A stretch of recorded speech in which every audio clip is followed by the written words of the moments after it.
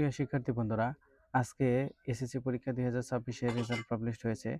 Result published হওয়ার পরে অনেকেরই পরীক্ষার ফলাফল আশানুরূপ হয়নি।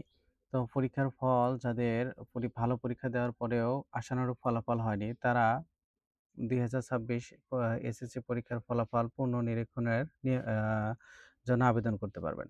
তো আবেদন করার জন্য ঢাকা বোর্ডের ওয়েবসাইটে একটা নোটিশ প্রকাশিত হয়েছে। আপনি কিভাবে পরীক্ষার ফলাফল পুনর্নিরীক্ষণের জন্য আবেদন করবেন। তো আমরা বেশ কিছু নিয়মাবলী এখানে আজকে এই ভিডিওর মাধ্যমে দেখব।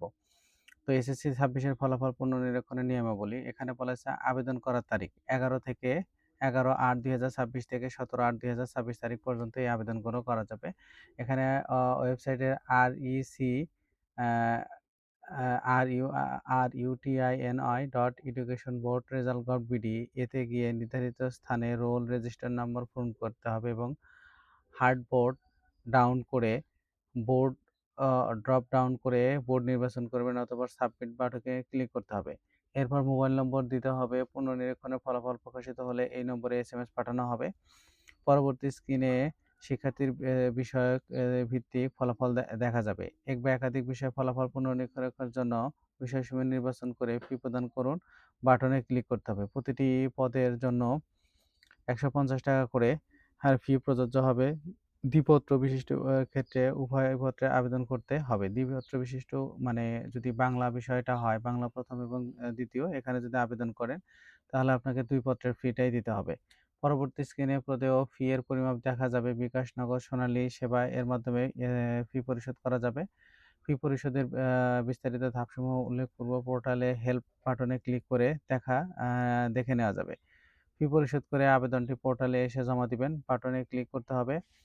উল্লেখ যে ফি প্রদান করে একবার আবেদন জমা দেওয়ার পরে আবারও বিষয় যুক্ত করতে চাইলে একইভাবে তা করা যাবে। তবে এক্ষেত্রে নতুনভাবে মোবাইল নম্বর দেওয়া প্রয়োজন হবে না।